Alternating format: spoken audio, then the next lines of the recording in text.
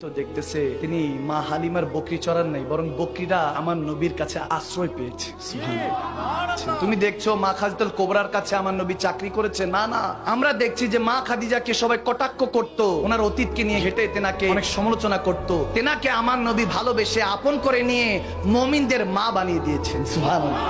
তুমি দেখছো আমার নবী বকরি চড়াচ্ছেন, কিন্তু সুন্নি মুসলমানরা আশিকে রাসূলরা তারা দেখতেছেন যে না না, আমরা তো দেখতেছি তিনি হলেন সরদারে আম্বিয়া, যিনি মেরাজে যাওয়ার আগে 1,24,000 2,36,000 নবীদের ইমামতি করিয়েছেন।